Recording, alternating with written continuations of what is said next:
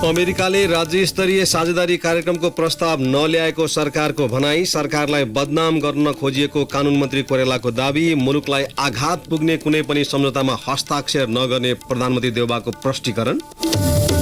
भारतले गहुँ निर्यातमा प्रतिबन्ध लगाएसँगै नेपाली उद्योगहरू मारमा पर्ने सम्भावना बढ्दै। केही समयभित्रै कच्चा पदार्थको अभाव झेल्नुपर्ने अवस्था सिर्जना हुने।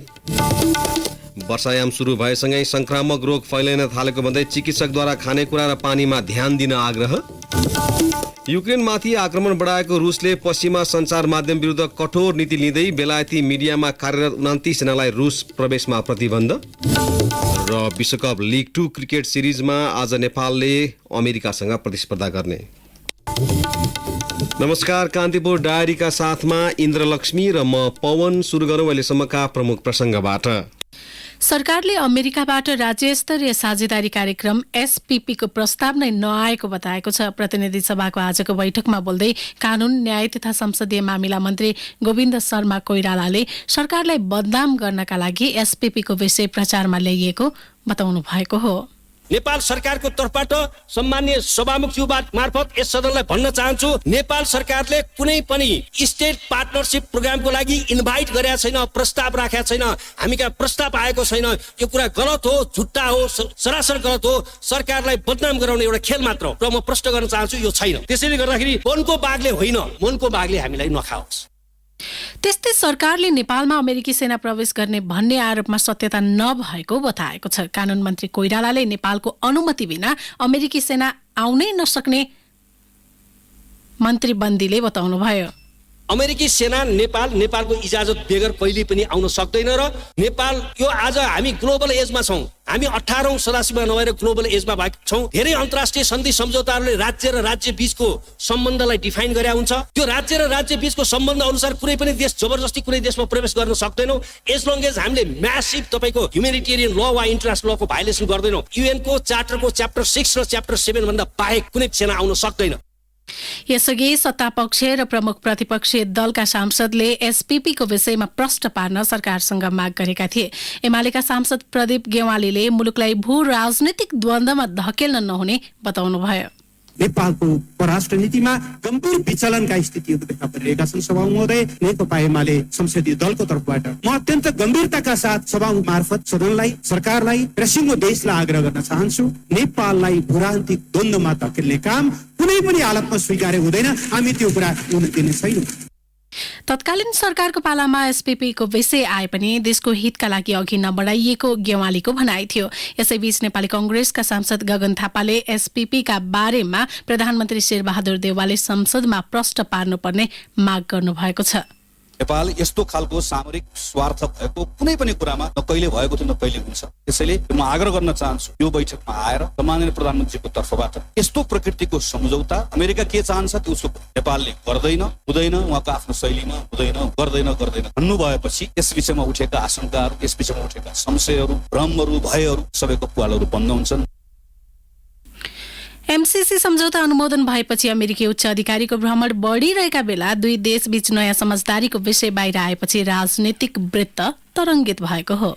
यसैबीच प्रधानमन्त्री शेरबहादुर देउवाले मुलुकलाई आघात पुग्ने वा रणनीतिक महत्त्वका कुनै पनि सम्झौतामा हस्ताक्षर नगर्ने प्रश्न पार्नु भएको छ।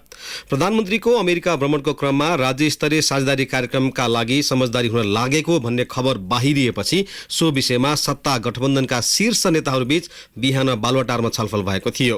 भेटपछि एकीकृत समाजवादीका अध्यक्ष माधव कुमार नेपालले छलफलमा प्रधानमन्त्री देउवाले नेपाललाई आघात पुग्ने कुनै पनि सम्झौतामा हस्ताक्षर नगर्ने धारणा राखेको बताउनुभयो। भेटमा माओवादी केन्द्रका अध्यक्ष पुष्पकमल दाहाल, एकीकृत समाजवादीका अध्यक्ष नेपाल र जनता समाजवादी पार्टीका अध्यक्ष उपेन्द्र यादव सहभागी हुनुहुन्थ्यो। कान्तिपुर डायरीमा अब कान्तिपुर सविस्तार। कान्तिपुर सविस्तार। रूस युक्रेन युद्धका कारण बढ्दो खाद्य सुरक्षा चुनौतीलाई सम्बोधन गर्न भारतले गहुँ निर्यातमा प्रतिबन्ध लगाएसँगै नेपाली उद्योगहरू मारमा पर्ने देखिएका छन्। नेपालमा भारतबाट आयात हुने गहुँ उद्योगहरूले बिस्कुट, चाउचाउ, पाउरोटी, गाईबस्तुको दाना लगायत बनाउन कच्चा पदार्थको रूपमा प्रयोग गर्दै आएका छन्। मौजदात पर्याप्त नहुँदा केही समयभित्रै कच्चा पदार्थको अभाव उद्योगहरूले झेल्नुपर्ने देखिएको छ। आन्तरिक उत्पादन व्यक्तिगत प्रयोजनको लागि मात्रै पुग्ने र तत्काल गहुँको उत्पादकत्व बढाउन सक्ने अवस्था नरहेको सरकारी अधिकारीको भनाइ छ। उद्योगमा गहुँको माग आन्तरिक उत्पादनले 4 महिना मात्र धान्ने र बाँकी 8 महिना भारतमै निर्भर रहनुपर्ने बाध्यता व्यवसायीमा छ। भारतले खाद्य सुरक्षाको चुनौती र मूल्य वृद्धिको कारण देखाउँदै गहुँको निर्यात रोके पनि मैदा, आटा लगायतका तयारी वस्तुहरूको निर्बाध आयात भइरहेको छ। यसले नेपाली उद्योगहरू थप मारमा पर्ने देखिएको मोरङ स्थित न्युट्री फुड्स प्रालीका सञ्चालक प्रदीप सारडा बताउँछन्। भारतले गहुँको निर्यात रोकेको छ हैन, तर उसले आफ्नो फिनिश प्रोडक्ट्स जस्तो मैदा, आटाको निर्यात रोकेको छैन। उसले चाहिँ र मटेरियल एक्सपोर्ट बन्द गरेर फिनिश गुड्सको उसको चाहना हो, फिनिश गुड्स एक्सपोर्ट होस् हैन। उसको आफ्नो कन्ट्रीको हितको लागि त राम्रै हो, तर हाम्रो नेपालको पक्षमा वर्षको 4 महिना जतिको हाम्रो हाफ प्रोडक्सन छ गहुँको, बाँकी 8 महिना हामी गहुँको लागि इन्डियाबाट निर्भर छौँ। सो हामी वी शुड रिक्वेस्ट, हाम्रो गभर्मेन्ट शुड रिक्वेस्ट गहुँ चाहिँ हामीलाई चाहिँ देओस् भनेर। अनि यो मैदाहरूको जुन इम्पोर्ट चाहिँ रोक्न लाउनु पर्यो हामीले, यहाँको उद्योगहरू नै चल्दैन। अनुसार विभागको तथ्याङ्क अनुसार चालु आर्थिक वर्षको वैशाखसम्म 6 अर्ब 32 करोड 52 लाख 86 हजार मूल्य बराबरको गहुँ आयात भएको छ। गत आर्थिक वर्षमा 16 अर्ब रुपियाँ बराबरको गहुँको आयात भएको थियो। गहुँको कुल आयात मध्ये भारतको हिस्सा 79% छ।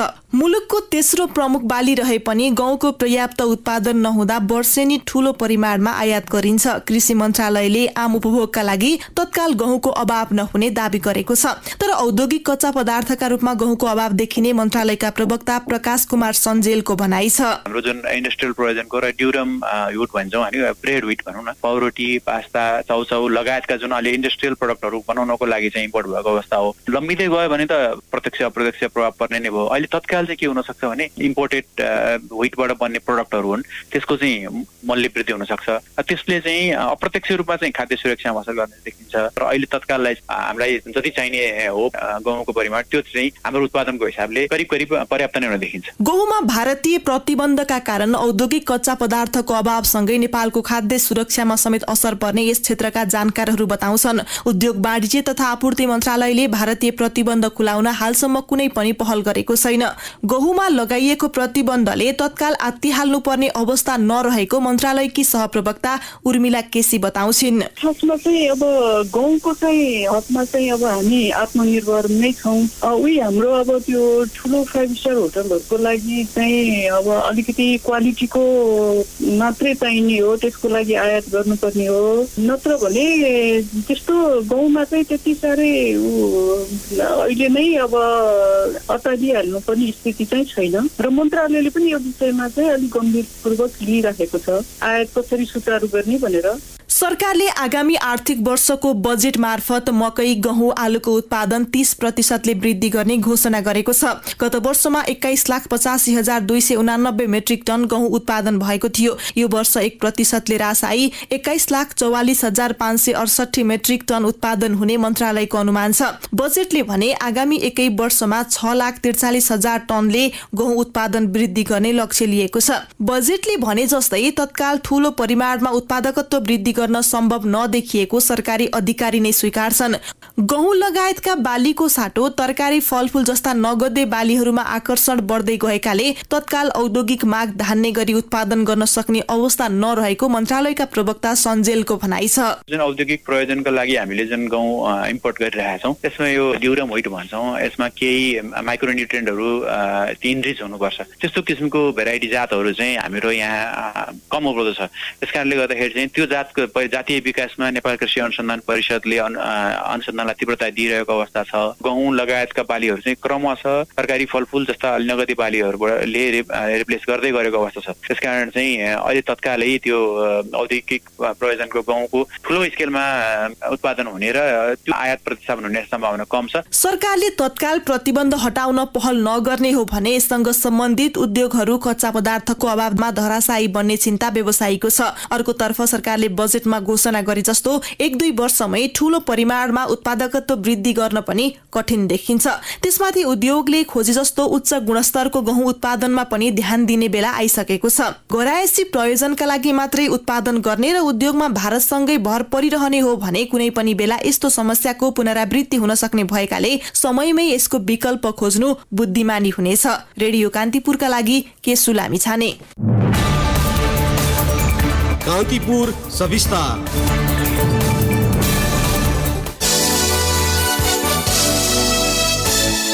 कान्तिपुर डायरीमा अब ब्रेकको पालो। अब बाँकी प्रसंग। वर्षायाम सुरु भएसँगै पानी र कीटजन्य संक्रामक रोग फैलिन थालेको भन्दै चिकित्सकले खानेकुरा र पानीमा ध्यान दिन आग्रह गरेका छन्। केही दिन यता पानी र कीटजन्य रोगका बिरामीको संख्या पनि बढेको छ। यसै सन्दर्भमा हामीले संक्रामक रोग विशेषज्ञ डाक्टर शेरबहादुर पुनलाई त्यस्ता रोगबाट बच्न कस्तो सावधानी अपनाउनु पर्ला भनेर सोधेका छौं। वर्षासँगै चाहिँ विशेषतः चाहिँ अब खानेकुरा र पानीबाट सर्ने संक्रामक रोगहरू नै बढी देखिने गर्छ हरेक वर्ष जस्तो। र त्यसमा चाहिँ अहिले पछिल्लो समय कीटजन्य संक्रामक रोग देखिने गरेको छ। विशेषतः अब खानेकुरा र पानी भन्ने बित्तिकै अब झाडा पखाला, त्यसपछि टाइफाइड अनि हेपाटाइटिस ए अथवा ई भन्छ हामीले, त्यस्तै लेप्टोस्पाइरोसिस, यिनीहरू चाहिँ खानेकुरा पानीबाट सर्ने भयो। कीटजन्यमा चाहिँ देखेको चाहिँ पछिल्लो समयमा डेङ्गु पनि फाटाफुट्टा देखिएको अवस्था चाहिँ छ। र यी यस्ता संक्रमण बाहेक अरू पनि अब हामीले परीक्षणमा नल्याएका र दायरामा नपरेकाहरू थुप्रै होला। सबैभन्दा बढी चाहिँ कुन देखिया छ अहिले यो केही दिन भित्रमा चाहिँ कुन देखिया छ? अहिले चाहिँ सबभन्दा बढी मैले देखेको भनेको चाहिँ झाडा पखाला नै हो। त्यस्तै अब कीटजन्यमा चाहिँ स्क्रोफटाइफस निरन्तर देखिरहेको मैले देख्छु। यी यावत जुन छन् नि कीटजन्य रोगहरू छन् नि, वर्षायाममा बर्खा लागेसँगै चाहिँ लाग्ने रोगहरू, यीबाट बच्न चाहिँ के गर्नु पर्ला? वर्षायाममा देखिने खास गरी खानेकुरा पानीबाट सर्ने सामग्री रोगको लागि त अब खानेकुरा पानीमा विशेष ध्यान दिनु पर्यो भन्ने हो। भने कीटजन्यमा चाहिँ अब स्क्रोफटाइफस सार्ने चाहिँ अब माइट भन्ने एउटा टिक हुन्छ जुन मुसामा बढी देखिन्छ। मुसा भन्ने वातावरणले सृजना गर्नु भएन भन्ने हो। डेङ्गुको लागि त अब लामखुट्टे बस्ने अब जुन एउटा खड्डाखुड्डीहरू खाली भाँडाहरू फालेका हुन्छ, त्यसमा पानीहरू जम्ने हुन्छ र त्यसमा लामखुट्टेको वृद्धि विकास हुन्छ। त्यो खालको चाहिँ अवस्था सिर्जना गर्नु भएन भन्ने चाहिँ हो। राष्ट्रिय प्रजातन्त्र पार्टी राप्रपाले जनजीविकाका विभिन्न विषय समेटेर प्रधानमन्त्री शेरबहादुर देउवालाई 22 बुँदे ध्यानाकर्षण पत्र बुझाएको छ। अध्यक्ष राजेन्द्र लिङ्गदेन सहितको टोलीले प्रधानमन्त्री देउवालाई भेटी पछिल्लो समय बढ्दो महँगी, राजनीतिक अवस्था र जनजीविकाका सवालमा गम्भीर हुन आग्रह गरेको सो पार्टीका प्रवक्ता मोहन श्रेष्ठले बताउनुभयो। त्यस्तै राप्रपाले अमेरिकासँग राज्य स्तरीय साझेदारी कार्यक्रम SPPमा सहमति नजनाउन प्रधानमन्त्रीको ध्यानाकर्षण गराएको छ। आफूलाई नशालु पदार्थ खुवाएर बलात्कार गरिएको भन्दै धनुषाको छिरेश्वरनाथ नगरपालिका 3 बस्ने शिवराज श्रेष्ठलाई कारबाहीको माग गर्दै महोत्तरी जलेश्वर नगरपालिका 8 की निहारिका राजपूत न्यायका लागि काठमाडौँको बसन्तपुरमा 5 दिनदेखि आमरण अनसनमा छिन्। जिल्ला अदालत धनुषाले श्रेष्ठको पक्षमा फैसला सुनाएपछि अन्यायमा परेको भन्दै न्यायको फिराद गर्दै काठमाडौँको माइती घरमा अनसन बसेकी उनलाई प्रहरी प्रशासनले बसन्तपुर पुर्याएर छाडिदिएको हो। अहिले उनका बारेमा सडकदेखि सदनसम्म चर्चा भएको छ, तर उनी अझै पनि न्यायकै पर्खाइमा छिन्। निहारिकाले न्यायका लागि राज्यको अनेकन निकायहरूको ढोका ढकढकाएको 2 वर्ष बितिसक्यो। जुनसुकै निकायले पनि पन्छिन मात्र खोजेपछि न्याय नपाई जीवन बित्लाकी भन्ने डरले उनलाई समात्यो। त्यसपछि मुटु दरो गरेर उनले आमरण अनसनको कुर बाटो समाइन्। दिन प्रतिदिन धम्की आइराखेको थियो, तेरो बच्चा मारिदिन्छु, तँलाई मारिदिन्छु भनेर कम्प्लेन वा अब रिटर्न ल्याऊ कम्प्लेन भनेर पनि मलाई धेरै दबाब आयो। अदालतले उचित न्याय गर्छ भनेर एउटा विश्वास मैले राखेको थिएँ, तर त्यो पनि भएन, न्यायले बिकियो। जिल्ला अदालत धनुषाले 2078 माघ 24 गते प्रतिवादी श्रेष्ठको पक्षमा फैसला गरेपछि फागुन 12 गते उनले उच्च अदालत जनकपुर धाममा दर्ता गराएको पुनरावेदन मुद्दामा अहिलेसम्म पेशी तोकिएको छैन। न्याय पाउन भएको ढिलासुस्तीले उनमा अनेकन आशंका उब्जिएको छ। मलाई थाहा छैन, म आज पनि मर्न सकिन्छु होला, भोलि पनि मर्न सकिन्छु होला।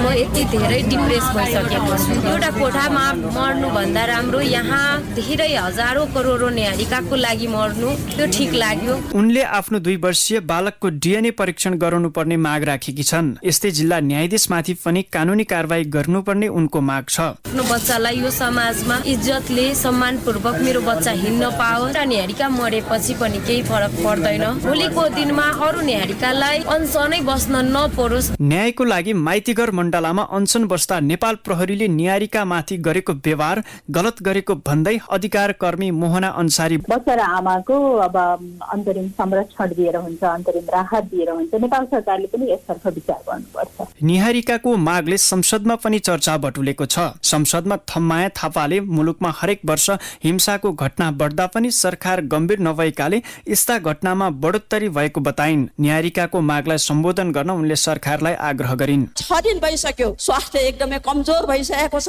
बच्चाले आमाको दुध खान नपाएर छटपटिरहेको छ। सरकार अत्यन्तै गैर जिम्मेवार बसिरहेको छ। प्रतिनिधि सभाको बुधबारको बैठकमा अन्य सांसदहरूले पनि न्यायारिकाको सम्बन्धमा प्रश्न गरेपछि जवाफ दिन आएका कानून मन्त्री गोविन्द प्रसाद शर्मा कोइरालाले मुद्दा पुनरावेदनमा गइसकेकाले सरकारले केही गर्न नसक्ने तर पीडितलाई आवश्यक अन्य सेवा प्रदान गर्न तत्पर रहेको बताए। त्यो मुद्दामा जुन प्रतिवादीलाई सफाई दिने काम भयो त्यो वास्तवमा चित्त नबुझेर नेपाल सरकारको अपिल परेको छ र अपिल विचाराधीन रहेको छ। अदालतको अहिले चलिरहेको काम कारबाहीमा सरकारले हस्तक्षेप गर्न मिल्दैन। हाम्रो संविधानले दिएको सीमाभित्र सरकारले काम गर्नुपर्ने भएको हुनाले त्यो चाहिँ मुद्दा मामिला त्यतैबाट हुन्छ। त्यहाँ बाहेक अरूका निडहरू छन्, उहाँलाई वास्तवमा मनोसामाजिक परामर्श उहाँलाई आवश्यक छ। त्यो बाहेक अरू कुराहरूलाई आवश्यक छ। त्यसमा सरकारको गम्भीर ध्यान गएको छ र त्यसमा के छ भने गृह मन्त्रालयले काम गरिरहेको बेहोरा म अनुरोध गर्न चाहन्छु। ढिलो गरी प्रदान गरिने न्याय निरूपण अन्याय बराबर हो भनिन्छ। महिला हिंसाको घटनामा भइरहेको बढोत्तरीको बीच न्यायारिका राजपूतको मुद्दाले छिट्टै किनारा पाउनुपर्ने अधिकार कर्मीको पनि माग छ। रेडियो कान्तिपुरका लागि असीम सापकोटा। एमाले स्थायी समिति सदस्य घनश्याम भूषालले स्थानीय तह निर्वाचनको नतिजालाई लिएर आफ्नो पार्टीको नेतृत्वले जनतामा भ्रम सृजना गरिरहेको बताउनु भएको छ। काठमाडौँमा आयोजित कार्यक्रममा बोल्दै उहाँले पार्टी विभाजनका कारण चुनावमा हारे पनि त्यसलाई पार्टी नेतृत्वले स्वीकार नगरेको बताउनुभयो।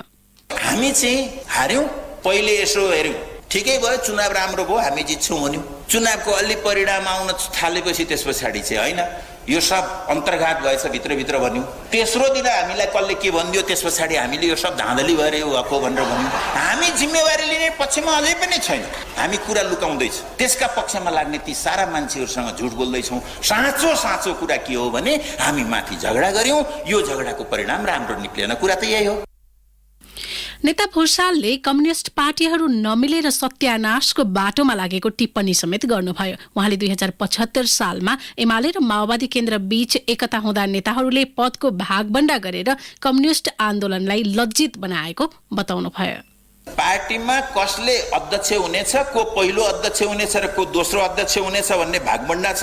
मुलुकको प्रधानमन्त्री को हुनेछ, पहिला को हुनेछ, दोस्रो को हुनेछ भनेर लेखिएको छ। त्यो सम्झौता गोप्य गरे। एउटा पार्टी जीवनमा, यत्रो आन्दोलनको जीवनमा त्यो ठाउँमा पुगेका मान्छेहरूले गर्न हुने कुरा थियो त्यो? हेर्नुहोस् त दुर्दशा, यो भन्दा दुर्दशा के हुन्छ? वास्तवमा यो त लज्जाको कुरा हो। हाम्रो आन्दोलनमा ती नेताहरू जसले भागबण्डाका आधारमा आफूले चाहिँ गोप्य सम्झौता गरे, पार्टीबाट पनि बेखबर राखे, जुवा खेले र गाउँभरि यिनीहरूले खेल्यौं भनेर हल्ला गर्दै हिँडे यिनीहरू। वामपन्थी एकताको बहस थालनी गरेका नेता भूषालले पार्टी नेतृत्वको कार्यशैली विरुद्ध बोलेको भन्दै एमालेको अनुशासन समितिले कारबाहीका लागि सिफारिस गरिसकेको छ।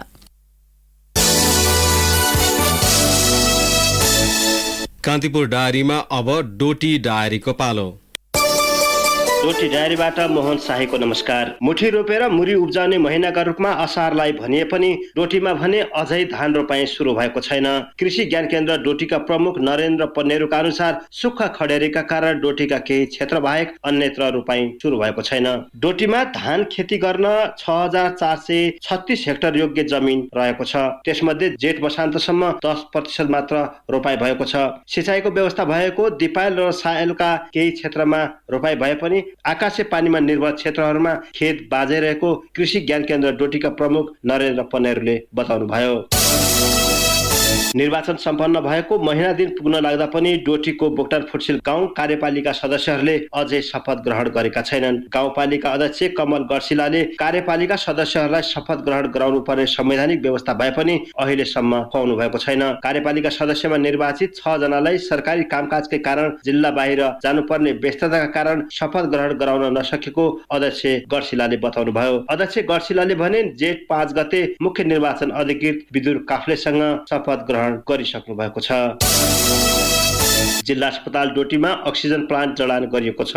जडान गरिएको अक्सिजन प्लान्टको गत सोमबार मात्र सुदूरपश्चिम प्रदेश सरकारका राज्य मन्त्री टेक बहादुर रैकाले उद्घाटन गर्नुभएको थियो। प्लान्ट जडानसँगै जिल्ला अस्पताल डोटीमा बिरामीहरूको उपचारमा सहजता आउने आशा थपिएको छ। कोरोनाको दोस्रो चरणमा अक्सिजन अभाव भएपछि सरकारले अस्पतालमै प्लान्ट जडान गर्ने प्रतिबद्धता गरेको थियो। संघीय सरकारले प्लान्ट जडानका लागि 80 लाख बजेट विनियोजन गरेकोमा टेन्डर प्रक्रियाबाट 62 लाख सदर भएको थियो। अस्पतालका मेडिकल सुपरिन्टेन्डेन्ट डाक्टर निराजन श्रेष्ठले अक्सिजन प्लान्टबाट बिरामीका सबै बेडमा अक्सिजन जडान हुनुका साथै 14 लिटरका 10 वटा सिलिन्डर भर्न सकिने जानकारी दिनुभयो। हवस् त डोटी डायरीबाट मोहन साई बिदा हुन्छु। नमस्कार। मोहन साईको डोटी डायरीपछि कान्तिपुर डायरीमा पुनः ब्रेकको पालो। ब्रेकपछि अब आर्थिक प्रसंग। संघीय सरकारले बजेट घोषणा गरेको 16 दिनपछि प्रदेश सरकारहरूले आगामी आर्थिक वर्षका लागि बजेट ल्याएका छन्। बागमती प्रदेश सरकारले आर्थिक वर्ष 2079-80 का लागि ठूलो आकारको बजेट ल्याएको छ। प्रदेश सभाको आज बसेको बैठकमा आर्थिक मामिला तथा योजना मन्त्री शालिग्राम जमकट्टेलले 70 अर्ब 93 करोड 92 लाख रुपियाँ बराबरको बजेट प्रस्तुत गर्नुभयो, जुन चालू आर्थिक वर्षको भन्दा करिब 13 अर्ब रुपियाँ बढी हो। चालू आर्थिक वर्षमा प्रदेश सरकारको कुल बजेट 57 अर्ब 72 करोड 9,27,000 रुपियाँ रहेको थियो।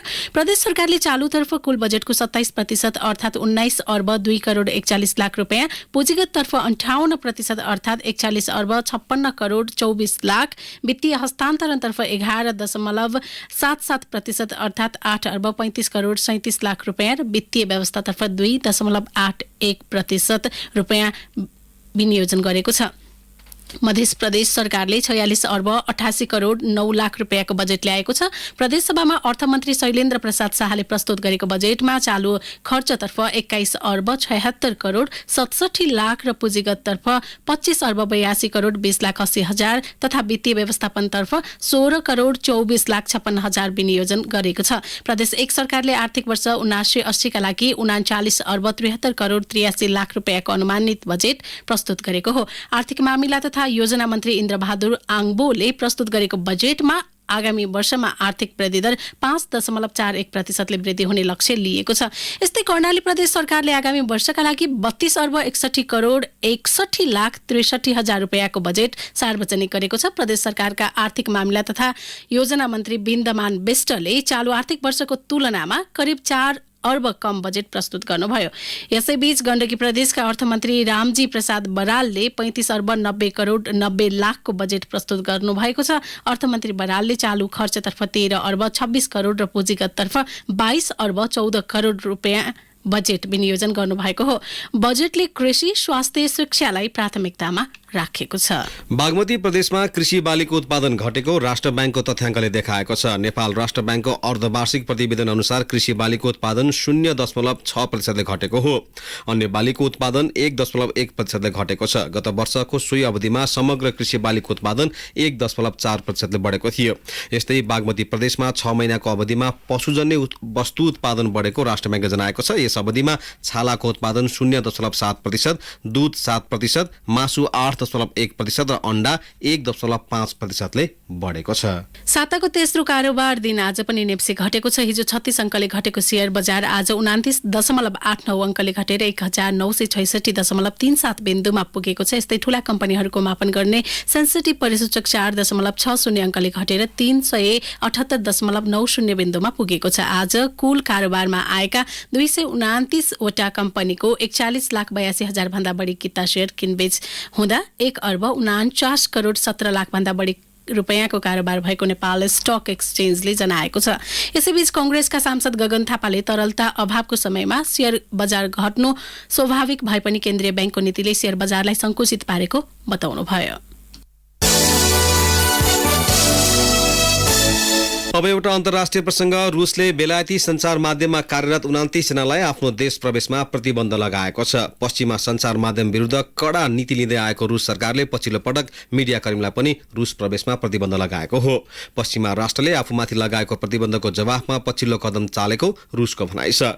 रुस र युक्रेनका बीच भइरहेका घटनाबारे एकतर्फी सूचना प्रकाशन गरेकै कारण उनीहरू विरुद्ध कदम चाल्नु परेको रुसी विदेश मन्त्रालयको दावी छ।